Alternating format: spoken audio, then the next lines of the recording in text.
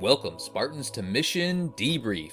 We're playing every mission of the mainline Halo video game series in chronological order, discussing our experiences and stroking our evil lore cat while judging your Halo knowledge. What? If you'd like to play along and have your thoughts read on the show, email us at podcastevolved@gmail.com or drop us a tweet at podcastevolved on Twitter. If you like what you hear and want to support the show, visit Evolved on Patreon. For everything Evolved has to offer, visit evolvedhalo.com. This episode, we're debriefing the Nexus mission from Halo Infinite. I'm your host, Colin Perkins, alongside David Arnold. Hello, everybody. And Krista Brown. All right. It's like when you break up with her over text, but then your mom says she's still coming to Thanksgiving. It's still awkward. It's going to be a little awkward. It's going to be pretty awkward. Like, that's not a good Thanksgiving. Last mission was the sequence. With their list of chores finally out of the way, our heroic trio traveled to the four beacon locations that Weapon wouldn't shut up about. Chief helped her gather all the data she needs, but something seemed to be lurking in the shadows. They finally opened the door to the command spire, but must descend towards the Nexus first. Now in Nexus, Chief and Weapon continue the chase to sabotage Harbinger's plans. The duo heads down towards the Nexus, which is a direct... hold on a second, let me read this again. The duo heads down towards the Nexus, which is meant to direct the spires in the reconstruction of Zeta Halo. There we go! After encountering a number of Cortana's thoughts and memories during the descent, Weapon tussles with Harbinger in cyberspace, while John makes a calculated decision. Date of the game is May 28th, 2560. So the Nexus is essentially what tells the Spires to do the reconstruction of the Zeta Halo. That's what I was trying to say. I think because they will still, like, the Spires will still reconstruct Zeta Halo, but this is kind of like a logistical tower that finds the most optimal way to repair it, because without it, the Spires will just kind of do their own thing. Exactly. And it's mentioned, the Weapon mentions it early on in this mission, that we need to go down. So the command spire, I believe, is above us. But we are going down to get to the Nexus in order to get to the grav lift that will take us up into this command spire. It's a Forerunner structure. You always go down. Yeah, exactly. So the mission just picks up where we left off before. As we mentioned, point of no return. So hopefully you grabbed a decent loadout before going or hitting that one button that then loads up this mission.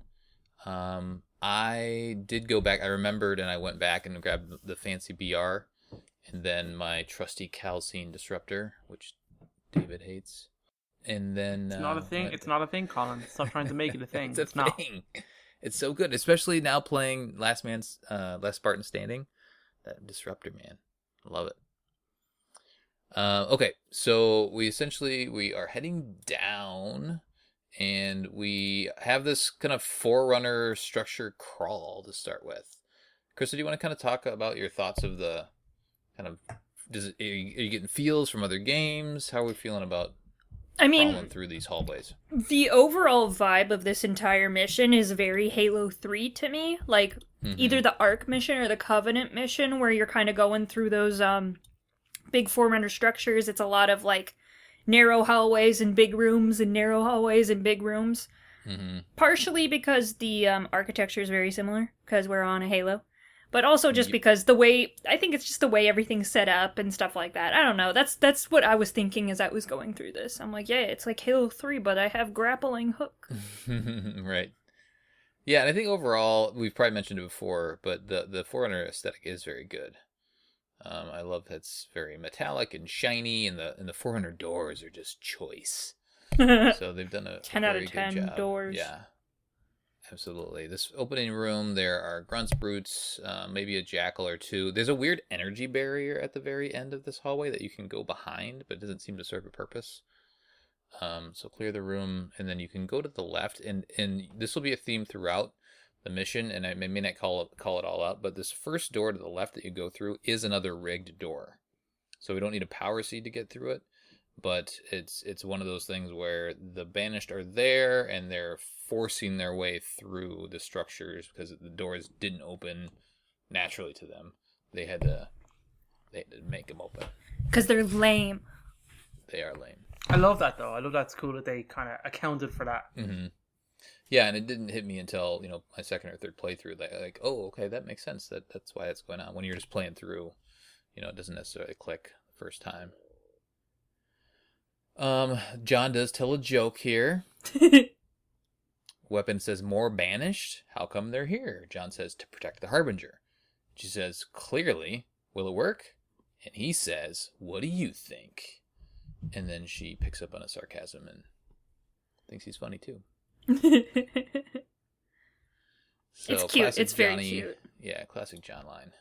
He's got very dry humor. He's the driest of It's dry. like so dry. The next couple of rooms, again, we're just kind of crawling through. We have some elites. We have some skirmishers show up here. And I don't know, the encounters aren't too difficult. Not at all. They're just, I wouldn't say they're annoying, but the AI here, I guess they often pursue you, which is good, versus staying in back. Like some of the AI, some of the brutes or whatever will like stay in the back and pepper you with a Ravager or something like that. But the elites will come forward, the skirmishers will come forward. So I feel like it's, they're engaging enough fights. They're not super difficult though. A lot of times it's just you're keeping your distance, choosing when you want to go forward, and then rushing up ahead. David, do you have any thoughts on kind of these encounters of the early part of this mission? No, you were right. They are pretty simple. I appreciate the mix though, because later on the other enemy encounters, I don't find them interesting at all in this game. Mm-hmm. So Later in the mission or later in the game? Later in this mission, and this mission in particular, because and we haven't gotten there yet, but like the enemies you fight change, and then I'm like, it's a lot more boring. Mm-hmm. So I do like this. I like the setup, like you said. I like them opening doors. You can see the technology they have to use to do that, and I know it's interesting. There's some. It's not a very difficult or very complicated mission by any means, and not a whole lot kind of happens. But what it does is significant, so I kind of like it for that. Yeah. But at the moment, it's pretty easy. Nothing really to comment on, really. It looks beautiful. Do you know what I mean? Yeah. That's kind of it, really. It's a cool setting. So Yeah. Crawl through, you do see some skimmers eventually here, so take their annoying asses out before you proceed. There's an area with like a catwalk above and some jackal snipers. And that's the Ravagers in the back kind of peppering you. So there, just kind of take your time and continue on. Let's see here. Oh, we do see a hologram of the Command Spire here pretty soon too. So that's kind of neat. Again, just cool overall aesthetics of this mission. I feel like the aesthetics of this mission are better than the actual gameplay. A little bit further in, you will start to hear some whispers. And these are... I think we've heard whispers before, and I think I've questioned. I didn't look it up at the time, but they are, at least this one is from a poem. There are 3 different lines taken from a poem called "Waking" by, I'll go with Aldous Huxley. I'll just go ahead. That's interesting because I believe Cortana's name comes from a epic poem as well. Like an old poem. It has to do with like a sword and... Oh, yeah. Yeah, that's a whole Bungie thing. That's where a lot of their stuff came from. Huxley's more contemporary. At least there's black and white pictures of this man. So I think he was like 50s, 60s type thing. But yeah, Cortana was from... I'm forgetting the name of the poem right now. But yeah. But it's cool that they kind of kept that theme going where she... Poems and literature. Yeah. So I'll just read all the lines here, just so they're all Can together. you whisper them? No, I can't. It'll be like ASMR. It's too much. It would be too awkward. So we'll just go through it. It says, darkness had stretched its color, deep blue across the pane. No cloud to make night duller, no moon with its tarnished stain. With its tarnished stain. I don't know if it's tarnished or tarnish. The next one is... Now in this hour of waking from under brows of stone, A new pale day is breaking, and the deep night is gone. And then the last line, which is later on in the mission, boundless spaces of night contract, and in your opening eyes I see night born in day, and in time, eternity. I like that. That's fucking cool. Yeah, so it's just the poem is longer than that. So these are pulled from the kind of the beginning of the poem, I believe. And I'm not smart enough to know what poems mean, so take that for what it is. Somebody listening probably will pull some interesting tidbits out of this. But yeah, lots of deep meanings going on here. All right, let's continue on. So like I said, there'll be 3 different times where you hear these whispers, and then there will be more whispers coming up to talk about as well. Let's see here. Let's just kind of go on through here. Should we just talk about the hunter fight now? That's kind of the most, I guess, well, hold on. standout fight so far. Before the hunter fight, there is this room that. So I called out in my notes. There's a cool room. It's a very long room, and it has like the turrets on the side, and kind of the brutes popping out the doors, and the skirmishers running around and ground. So like, I felt like that room was good. It wasn't too difficult. I felt like maybe they could have thrown some more elements at you, but at least the room was interesting as opposed to just kind of the corridors that we've been going through. It seemed like there was multiple paths to take and things like that. So I guess I just at least want to call out that room specifically. Good job, room. Yeah, way to go, room. Is there another room? Hold on a second. There's another room that was kind of a trap. And I always have a hard time reading my notes when I'm also trying to talk. Hold on a second. Let me see. This was with the active camo elite? Yes, that is before this too. Dude, those active camo elites are assholes. Yes, so you're yeah, they're pretty. And that's hardcore. before the room I just mentioned, of course. But yeah, that's kind of cool. It's like a long room, and then 2 jackals pop out the sides, and then there's active camo elites, and then a elite warlord. Maybe the warlord has camo too. But I don't that think was kind he of does. a fun room. That's a little fun room too. But yeah, the other interesting room to talk about is the hunter room. Krista, how did you do with these hunters? Oh my god. I don't know if you guys have realized this, but the Ravager is like the best gun ever in the campaign, and then the worst gun ever in multiplayer. Oh, so you use it in campaign? Well, I used it for this encounter. I did the charge up thing and put fire on the floor. Oh, okay. Dude, it killed both of them. What? Yeah, I did that a couple times, and they died. No way. With just one Ravager? One fully I charged, did I not. guess? Yeah, one fully charged Ravager. That was it. It wasn't like one shot, but I had to do a couple shots underneath them. But yeah, I mean, I didn't even have to reload, or like resupply with more ammo from one of the ammo crates. That's wild. Yeah, you just shoot it at their feet, and they're too slow and stupid, and they just stand in the fire. They stand shoulder to shoulder. Yeah, and then they just die. It was great. Nice. David, what was your approach? Mine was pretty brute force. I brought with me the upgraded shotgun and the upgraded purge rifle. The purge rifle sucked against like the hunters. It just wasn't doing anything at all. The purge rifle? It wasn't even. The purging shock rifle. It's like the upgraded the shock rifle. Got ya.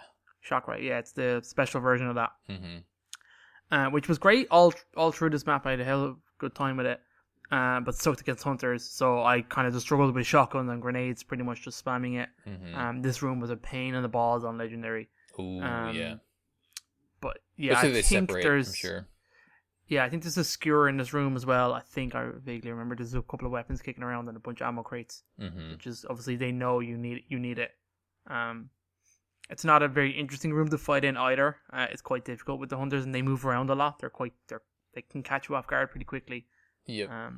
But it's a hunter fight. Yeah, I mean, I couldn't get behind him. I've just been struggling to get behind him all game. Yeah, me too. So there's always kind of sometimes they'll forget you are there, and then they'll like be wandering around, and you can catch a little bit in the back. But as soon as you're near them, they'll flip around. It's weird. It like even using the grappling hook, they're always facing forward. Mm-hmm. Yeah, again, I think this is like where a multiplayer would be rad. Playing with a couple of buddies, it'd be way easier, but for just single chief, it's a little bit more difficult. All right, so after we do take down these hunters, we hit a console, and then we have a door. Well, I guess there's like this pillar that will rise up, and then you get to jump down a hole, and that's very Halo 2, right? That's the hole jumping. Oh yeah. One. You jump And down I that think hole. Arbiter was the one who jumped down them. I don't think Chief jumped down them. Yeah, I think you're right. So very, very, lots of callbacks, right? Halo 2, Halo 3 callbacks, which is good. I'm glad that they brought those elements in. So jump down, and then the weapon will squeal in joy, which I don't know how she feels that joy, but she does. Well, remember that AIs can, like, hook into the suit and the nervous system. I mean, there's something that they can smell and feel, and they can feel the feels.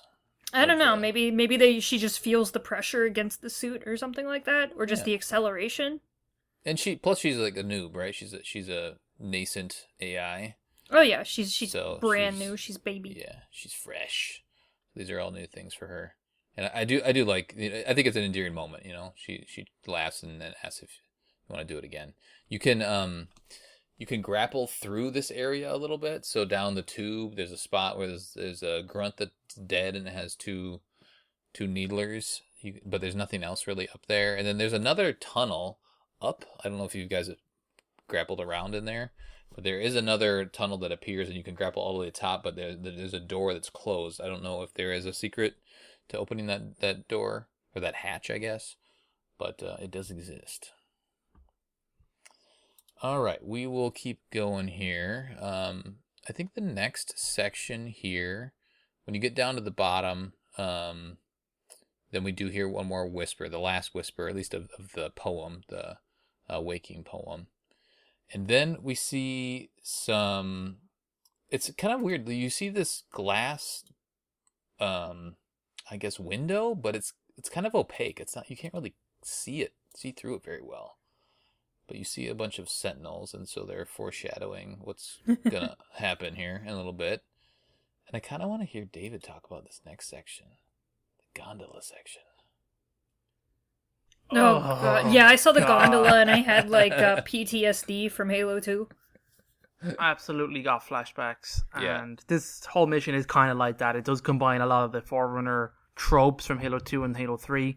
That room that you described, Colin, like, where the kind of ambush room, that reminds me of a lot of the areas in the underwater gondola scene for Delta Halo. It reminded me a lot of those rooms, the sloping outward kind of room where you kind of have some fights in it. And then you get this terrible gondola. It doesn't last very long.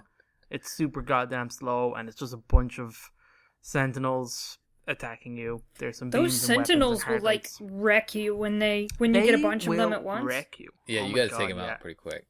You have to keep up a good clip of taking them out, otherwise they mince you. And this was also quite a challenge on Legendary, I'll tell you that much as well. Oh, I bet. You really got to have the right weapons ready for these guys. Were you using the Sentinel Beam, or did you use something else? I use the Sentinel Beam a lot, pretty much because it's here and they drop it, so it's kind of handy. Also, it wrecks them.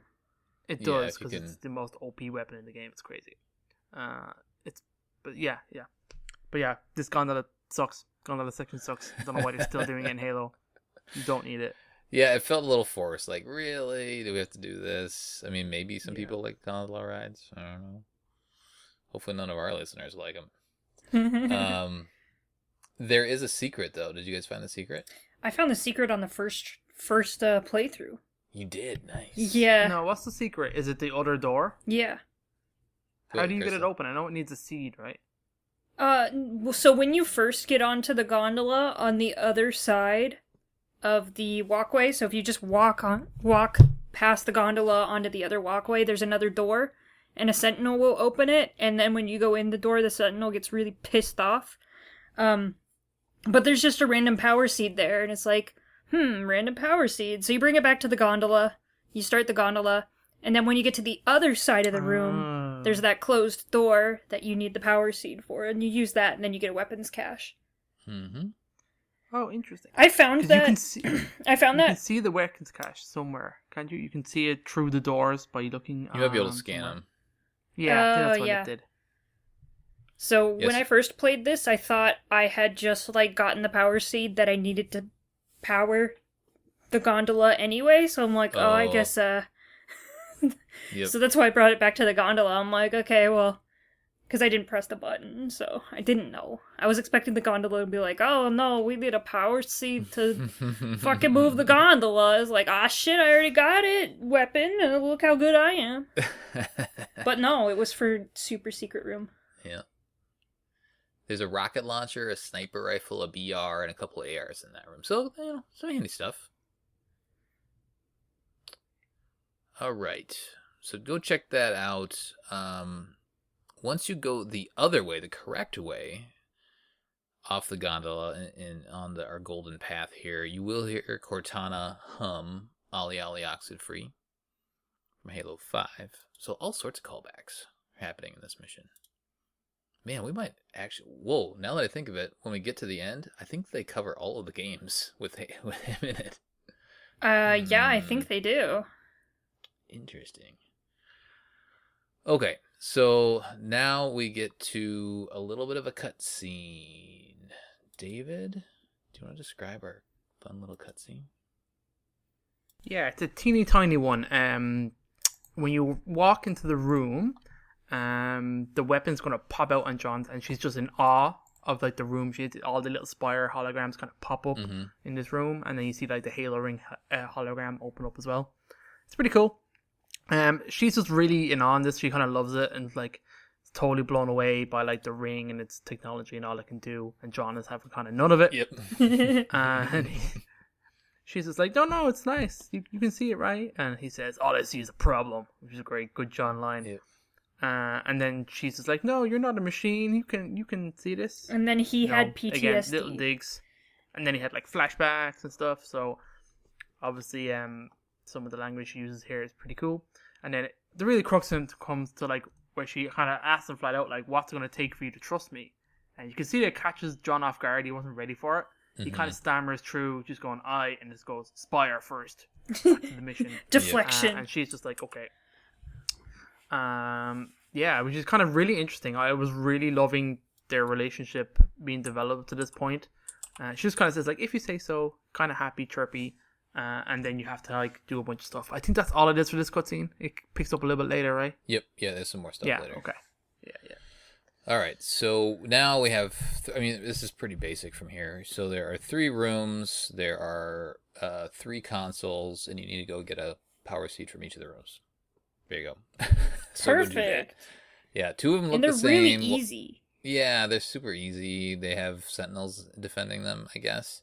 2 of them are the same. One of them has a light bridge, and then the light bridge one. Once you get the power seed, and you get close to it, so you get the power seed, and you get back close to the light bridge, then the light bridge will go away, and so you have to either check the seed or you grapple across, and you're good to go. So they at least made it a little interesting to get there and back.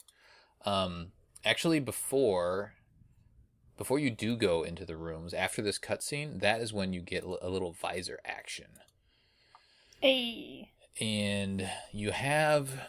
So throughout the game, as we all know, right, we've seen some things pop up on Chief's visor, and this one in particular says... And every time the visor pops up, it says...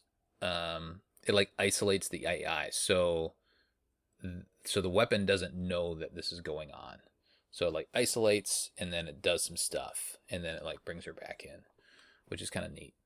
So it says preparing AI intrusion countermeasures, and this so that's kind of happened before, right? So we're kind of a little wary of the weapon, and then it pops up damage message repaired, and then the SPDR pops up. I believe the SPDR is like what is used to delete the AI, or it's like the way to deal with AI that aren't behaving appropriately.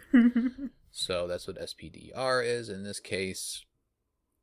Let's see here. Oh, it says message decoded, and then it has a little bit of a count up, I guess, and then it says encrypted message decoded. Do we know what that is? That message that's being decoded? Yeah, I believe it's the audio log that you get in this mission. The one that unlocks in the suit. Oh, so right. There's a few of them that you get throughout the game. I think it's 4 or 5 or something like that. That's so Yeah, cool. there's 4. Yeah, that's super neat. Okay. So yeah, there's 4. During certain missions, you will just get an audio log, and it's part of the... Hold on a second. The recovered files. So that must be a recovered file. That's super cool. So they give you the recovered file. It's called the mission, and we'll cover that at the very end of the episode. So yeah, so essentially, Chief is, I guess, preparing just in case something goes wrong, to deal with that, whatever goes wrong. Okay. So now we go into the rooms, we do the thing, we bring the stuff back, and then each time you get a power seed, you'll hear a whisper, and this is a Cortana whisper, and the first one will be the quote from the beginning of Halo 3. They let me pick, did I ever tell you, choose whichever Spartan I wanted. I did my research, watched as you became the soldier we needed you to be. That's the opening of Halo 3. Hooray! Hooray! The next line actually is the rest of that line, or the rest of the beginning. So she says, like the others, you were strong and swift and brave, a natural leader, but you had something they didn't, something no one saw but me. Can you guess? Luck. There you go. And then the last one is, where is it? Oh, could you sacrifice me to complete your mission? Could you watch me die? That is also Halo 3. I believe that's the end of the first mission. Did we talk about the Captain Keyes quote? No, not yet. I'll go back to that. Yep. Okay. I just kind of want to get all those whispers out of the way. So again, each time you pick up a seed, you'll hear a whisper. And then each time you approach the console to put in the seed, you will get a different little hologram memory thingy. And the first one is Captain Keyes, Krista. Yeah, I like this one, actually. Mm-hmm. And it talks about... it's the very like, beginning opening, of CE, right? Yeah. Yeah, opening of CE. So Keyes talking about, if the Covenant, capture this ship and this AI, they'll learn everything, weapons dead, blah, blah, blah, ... Earth. And then he's like, here's the best gun in the game without any without any ammunition. Even though it has ammunition. I actually liked this a lot. I mean, we haven't... Keyes hasn't really ever been mentioned other than at the start of Halo 2. Yeah. Like, good point. In the game series, it just isn't brought up how he died a horrible, horrific death until now. And because the weapon's like, oh, who's that? And he's like, that's Captain... He says it almost pridefully. He's like, that's Captain Keyes. And, like, I don't know, there was some pride there with... Because Master Chief was close to Keyes, obviously. But yeah, and then she's like, oh, what happened to him? And he's like, you don't want to know, kid. You're not ready to know. You can't know the truth. And then he's like, he died on the first ring. Yeah. Yeah, that was a fun callback. Especially the first playthrough. You're like, oh, wait a minute. I know that voice. What's going on? It's very... Yeah, I love this the first time around. It's cool. It's so nostalgic. Like, that, those specific lines, like, at the beginning of CE are just super nostalgic. Like, Cortana... Or, like, Keyes saying, oh, how'd they follow us, blah, blah, blah. That very first kind of monologue. I don't know, there's just something about it. Yeah, and I feel like a lot of this end chunk of this mission, and maybe this whole mission, it's really a lot of that. Is like bringing that emotion. If you've played through all the games, if you know the lore, they're just really, hitting that emotion button for you with all these callbacks. The gameplay itself isn't super interesting. I mean, like, again, the aesthetic is cool. But, like, the fights and whatnot are okay, but it's really kind of all these callbacks that make the mission. It's just nice to see some of this really traumatic shit that happened, like, actually be, like, brought up. Because, I mean, like, all the Halo games, this horrible fucking shit happened to humanity, to Chief, to everyone around Chief. And it's never really been, like, it's never been brought up, like... Sergeant Johnson dying, or him watching Miranda die, or anything like that. So it's nice, or him finding fucking Keyes dead and having to punch a hole in his head. I mean, like, that's some horrific freaking shit. So it's kind of nice to see them working through some of it, which is nice. Well, it's a way for the weapon to learn all this stuff, right? Yeah. Because Chief's not going to tell her. So No. she's also soaking this stuff in as it's happening. But then I'm also thinking, like, it's cool for the veteran players, but it's also probably interesting and maybe even like a beginning rabbit hole for new players. People that are just playing Infinite, they're like, well, who's that guy? And then the fact that Chief says, oh yeah, that was from the first ring, and they're like, oh, I'm going to go play Halo CE and see what that's all about. Yeah. Yeah, it might definitely lead people into looking more into the lore. Mm-hmm. The second console hologram thing is Cortana and Chief, and Chief has his current armor in all these Yes. holograms, by the way. It's not like the old armor, but it's him and... Oh, I never noticed that. Yeah, it's not like the Halo 4 armor or the Halo CE armor. Right, yeah. So the second one is Chief and Cortana essentially on the longsword after they're skipping town, after they blew up the first Halo, Alpha Halo, and just talking about dust and echoes, nobody's left, all that sort of stuff. I thought that was Dusty. hilarious, by the way. Yeah. Dust and echoes. Just because of the meme. Yep, good old Dusty. And then the weapon here says, I don't know how you keep doing this. And Master Chief says, I don't have a choice. Maybe it's my programming. So we've already set up the fact that AIs are more human than Chief. Like, that's a theme in Halo. At least, like, emotionally, I guess. He's so detached. He's kind of finding his humanity throughout. I do think it's interesting that... So the weapon... She seems... She's very naive. She's asking lots of questions. She has feeling. But then she also has empathy here. Especially in this portion of the game, I guess, this mission. Do you guys think she's too empathetic for being a new AI? Like, she's endearing to the player, but like lore wise, is that a little off? Well, she spent a considerable amount of time with the Silexes and learning their stories. Mm-hmm. So I would think that would create a lot of empathy as they tell her how they lived, how they died, you know. I'm guessing that's kind of what happened. She learned all of their... She mentioned something about the Silexes and the only people she had to talk to and stuff like that. So I would imagine just... Because she had 6 months, all she had to do was to learn about, you know, other beings' experiences, because that's the only information she had, so... I would think that would help, maybe. Yeah. That makes sense. The angle I was coming from was Halsey created the weapon from a clone of her brain. Yes. Right? So yes. Would she have somehow, and she's called the weapon, so would Halsey have just left her be and just be, here's my eye, or would she have tried to modify her at all? Put the empathy up so that she doesn't... take that out of her. Or maybe she left the empathy in because she knows Chief needs that. I don't know.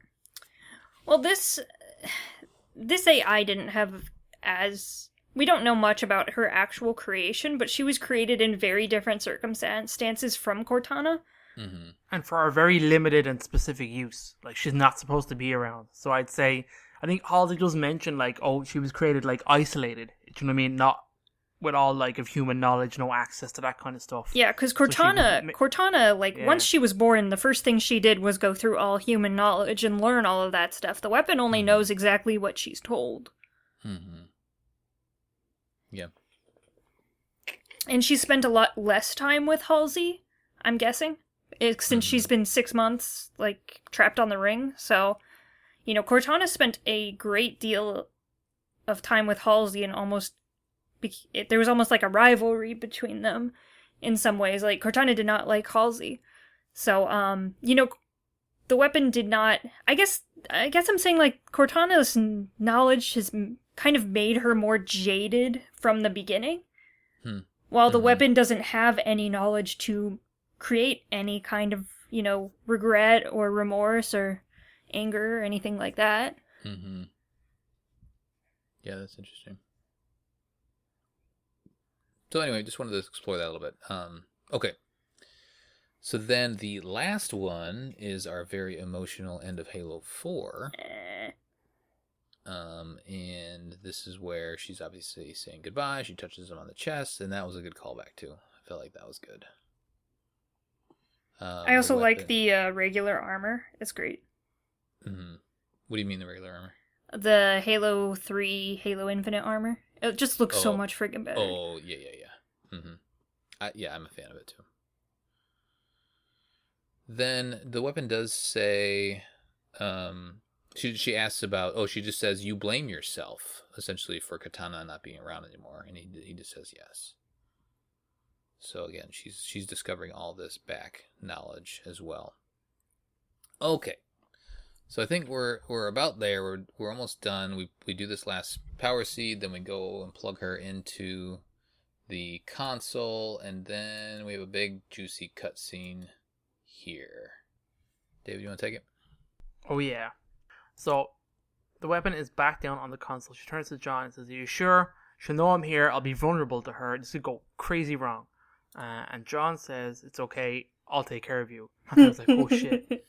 But he's already set up that he may delete her, right? Because of that. Yeah, this is I'll take care of you. This is where it had double meaning for me, and I was like, "Oh man, this is John's taking a turn here." Yeah. And she's like, "Okay then," totally believing him like a child would, which is kind of awful, depending, because putting into context of what's about to happen next. So she connects and says, "Oh, this is okay," and then immediately gets taken away, or I'm just gonna disappear. She turns yellow. Mm-hmm. So which is the kind of the Harbinger's yellow. Yeah. Then the Harbinger is talking, saying why are you fighting? Order approaches. Reformation is just a new beginning. Usual spiel, blah blah blah blah. Mm-hmm. Not dialect quality, but it's there. You see the weapon pops up. She's changing color, looking for help and stuff like that. She's kind of doing flashing and pulsing. She's waving her arms around, doing kind of. She's captured by the Harbinger at this point. I'm guessing. Yeah, it seems like It looks like she's breaking out as well at the same time, trying to fight back. The Harbinger says, "The auditorium will spill its secrets. The Endless will walk this world once more," which is pretty interesting. Mm-hmm. Because standard bad guys telling you about what their plans are and what they're going to do, which is pretty good. So the weapon is just kind of freaking out, and in the middle of this, then it goes back into first-person view, and you see John's visor pop up. He gives the codes. He gives all the kind of sequence. Red flag. His code is 034, and then gives the code word Samuel to initiate the deletion protocol. Dude, that broke me when I first saw that. Oh, man. Couldn't believe it. It totally broke me, too. I was in shock. I was like, oh, my God, he's deleting her. And just the passcode Samuel, he still thinks about that. It's incredible. And just Samuel's, Samuel's 034. That's his Spartan number too. Yeah, he was the first Spartan, or the first soldier that Chief ever lost. The first Spartan that ever died. Mm-hmm. Yeah. Well, the first Spartan 2 that was, Spartan 2 and didn't die through augmentation or anything like that. Right? Yeah. Who died in battle doing what they should have done. So this is nuts, and then you see in the background, the weapon comes back to herself. When the protocols have been activated to delete her, and she just obviously she goes, "I thought we were a team. What were you doing, John?" Well, before that, you there's a flash second where you think she is deleted. Yeah, just after she says that, it goes. She flashes yellow and then disintegrates. It's gone, right? And I was like, "Holy shit! There's no way she was deleted." So then it cuts back to John. He's kind of just looking around, and then she pops up and is super pissed. She says, "Take care of it. You said you'd take care of me. You were going to delete me." She totally calls him out, and John is like, "Hey, you stopped me. You shouldn't have done that. And you put us all at risk." I was like, "Oh man, you're a bad boy." She says, "No, I saved you. No thanks to you." She says, "The Reformation, yeah, it's begun. So what? Look what I have." And she pulls out the holographic thingy. Right. It's been going. This holographic MacGuffin Yoki, which I know we explained what it was. It's the activation protocols, or it's the activation for the Reformation. Yeah, it's the index for the Halo rings, essentially. Yeah, exactly. It's called the Encephalon. That's it. I knew it had a crazy name. Mm-hmm. So John just says, you broke protocol. And she just goes, "What's wrong with you? I was trying to help you, trying to help us. It was worth the risk." And that's it. The kind of friendship is broken, man. This kind of totally broke me. I was like, oh man, I was loving this relationship. And in this moment, he just kind of threw it away out of like fear. And she says, "No, it doesn't matter. There's the grav lift." And she's just pure having none of it. She snaps her fingers as he tries to take her away. And then she's just like, let's get this over with. She's like making a sassy face. And she is so sassy. Yeah. You know, this also kind of mirrors Cortana's experience in that Cortana also deactivated her own kill switch. Yeah, that's right. Mm-hmm. So, I mean, it's the weapon kind of following the same kind of path in a way that Cortana did. Because, I mean, they are derived from the same brain of the same person. So, you know, it makes sense that some of these things are going to run parallel with, you know, how they develop. Yeah, it makes you uneasy on multiple levels because as the player, you're like, oh shit, what's she gonna do? But then, yeah, like there's all these Cortana callbacks and all this other stuff. So I thought this part was very well done. Yes. This scene in particular. And then you have that gravity lift, and so essentially we talked about going down, so we've gone down, and now we're in the Nexus, and we've activated the Nexus, I guess. Or deactivated. We did the thingy. Whatever we did. And now we need to go up into the Command Spire. So now we take a nice gravity lift trip on the way up, and that will be the next mission. Hooray! Mm-hmm. Any other thoughts? David? Not a spectacular mission, but these two moments that happen at the end are just like game-defining moments for me. Of this game in particular. Because they break this relationship that you've spent most of the game making, and if you're like me and you have put in a crap ton of time exploring right before this mission, you're at peak love for the weapon. Slash annoyance of like, go to the beacon, let's go check out the beacons. Are we gonna go to the beacon now? Yeah, I had like 30 hours of that. Anyway, but like it's kind of like such a great moment in the game. So well done. Surrounded by like a pretty average Halo mission that's just all about like nostalgia hits, like the whole mission, like you said, which I don't think it's a particularly great mission other than like these kind of moments at the end. Krista? Yeah, I mean, I agree this mission is definitely more story driven than anything else. It is kind of nice we've gone from, you know, an entire open world that we can do anything back to kind of classic Halo, corridor crawler, you know, just kind of vibing and shooting and moving forward and watching the story unfold. So it's a bit refreshing because it's, you know, different than what we've been doing. But yeah, I mean, this is where the story really starts to kind of come into its own. It's been kind of setting up everything before this, and now it's kind of setting up something new, which is great. Yeah, I feel similar. I think it is the story carries it, the aesthetic carries it, the gameplay is just okay. Like if we were doing our top 20 missions, you know, that gameplay would take a bit of a hit from the rating standpoint. But why don't we give it a quick rating? Krista, out of 10, what do you think? I'm like at an 8. Oh, okay. Is that too high? That's higher than what I thought. David? Yeah, I couldn't go that high based on the fact that I just don't like the mission overall. I'm like, you know, -3 for gondola rides. So I guess I go with a 7, but like it's only really that high because of the two cutscenes. Yeah. To be honest. Yeah, that's fair. You know, I think that definitely carries it. I'll go with 7 too. So solid mission, not the best, not the worst. Good lore stuff. All right, let's do the audio logs. There are 2. The one that we mentioned that unlocks during that visor sequence earlier on. So that is called The Mission, and that's where we learn a little bit more about the creation of the weapon. And then the second one is... Well, let's cover that real quick here. So, David, play that. You took your time. There was resistance. I heard. Let me look at you, John. The Spartans are my greatest achievement. Do you understand that? Are you okay, Dr. Halsey? That would depend entirely on who you were to ask. Was the mission successful? Yes. Good. This is not going to be easy, John. It is the only option we have. Okay, I love these that kind of unlock during the missions, but they're also kind of far apart.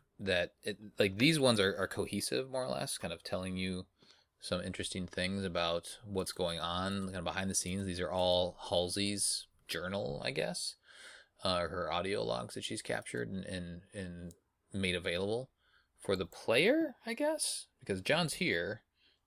Well, these are John's like in this audio log. Yeah, these are like the actual backstory to the game that should have been in the game as cutscenes and dialogue and stuff.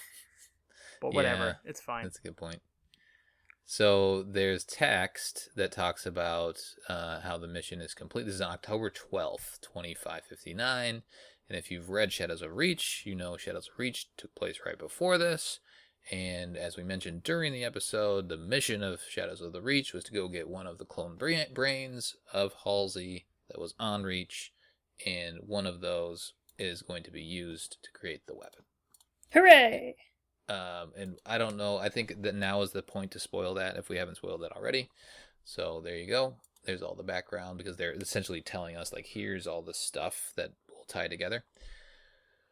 And so the audio is just between Halsey and John. It's not super interesting, but she just asked him if the mission was successful. And he says yes. He did the thing. So go read a book and find out how he did the thing. It's a good book. Yeah.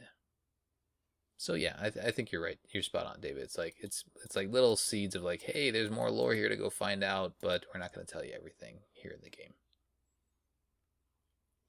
Okie dokes. The next one is number 5 of The Prisoner. 5 out of 7. So Lucas Browning is having a very bad time. The worst day ever. Well, it's over. Like he's been taken prisoner and all this stuff. Like so, he's just having a rough go of it. And so this one is called. The last one was called Easy to Break, and that's when he was being tortured by Chaklock. God damn. And now this one is called Barely Anything Left. That's rough. We'll play it for you now. This is what you brought me. There's barely anything left. It is yours to do with as you see fit. Indeed, he is. Were you treated unjustly in his tower, human? We are not so different in this. I too know intimately of injustice. To be sentenced for crimes not your own. Please, I just want to... Quiet. I shall talk and you shall listen.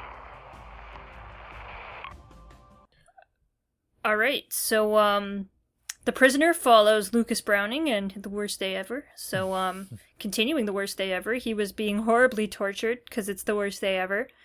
I think it's like the worst 6 months ever. Pretty much.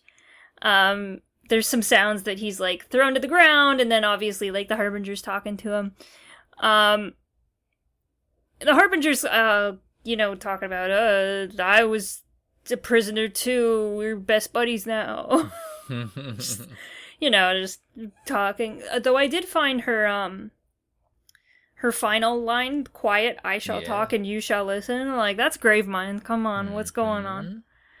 Like, why are you directly quoting Gravemind? That's weird.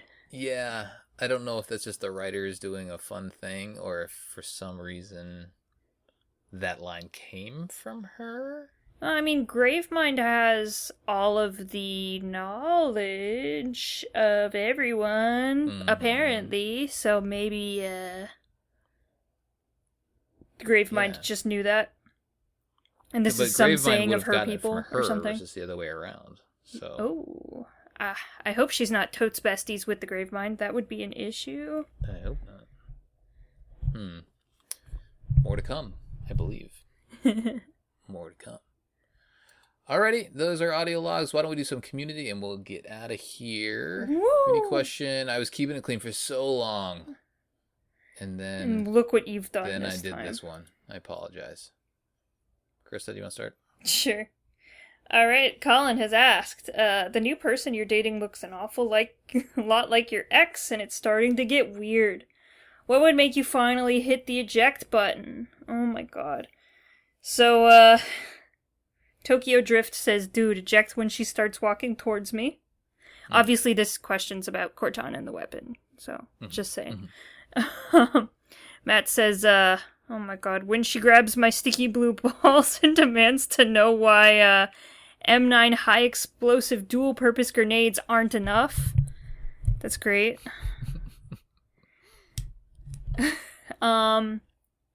Calber says, probably wouldn't eject for the fact of I would be too lonely not to accept her. Aww. Non-profit organization says, when she wants me to stick it in without protection, like, I barely know you, I'm not putting your data chip into an alien terminal without a comprehensive containment protocol. Baby, I'm not trying to get any intrepid in my eye. Oh my god. That's good. That's pretty good. I like that. Dezuto says, if she goes ass to mouth the first time you get jiggy, gotta leave something for the imagination. Postman Pat says, if she returns the package to sender even though it wasn't hers all along. Good job, Postman Pat. And Rygor says, I have my type. If she started wearing more clothes compared to the ex, that's a no from me, dog. So, it's too much, you know? You gotta have that eject button. You're hard out. That's right. Alright, thank you, Discord. That was too bad, but we might have skipped a couple. I feel like there's some hard ones in there. We might have skipped. I might have skipped over a couple. Okay. David, go ahead. Yeah, Facebook. Colin Perkins, May 9th, 7:54 p.m. The new person you're dating looks an awful lot like your ex, and it's starting to get weird. What would make you hit the eject button? Question Mission Debrief, Halo Infinite, the Nexus episode. I don't know what you were on when you were coming up with this question, Colin, but it felt okay when I wrote it, but you know, where you? I instantly regretted it. Fair enough. So Ian Francis weighs in straight away. She keeps asking me the same impossible questions that my ex Katarania did. Could you sacrifice me to complete a mission? Could you watch me die? Christ, melodramatic once. Much? Question mark. Clyde says probably when she starts threatening to blow up a planet and take away everyone in the galaxy's rights. Which is a good one. Kind of reverse, but anyway. That's a good out. Yeah. Alexander says, I'm just going to give her one warning and tell her don't get any ideas. Which is pretty good. Jimmy John, once the ship starts to blow up. Chris, when she invites me to land my Helicon Crass Light Cruiser, a pet name for my peepee, in her sacred ring. When you realize she's talking about her weapon of galactic destruction and not doing anal. Romando. Oh my god. When she goes rampant after 7 days instead of 7 years. I think that's pretty good.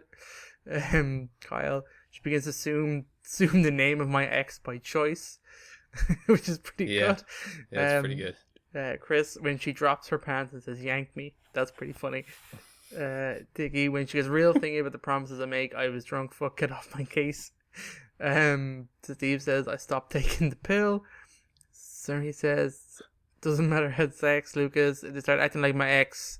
Like, get out of the relationship for a reason. I don't want to be in a similar relationship. I found out she killed my ex, says Luke. That's pretty funny.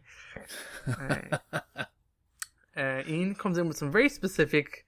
I hope his wife isn't reading any of these. We've been dating for like 3 weeks and we really hit it off. But when I answered her question about whether I could see us being together forever, but yeah, I think so. She looked at it as basically a marriage proposal. No less than a month into the relationship, she's waiting for me to pop the question, and now every night before bed she goes, "Oh, don't make a girl a promise if you know you can't keep it." Did somebody say Operations Red Flag?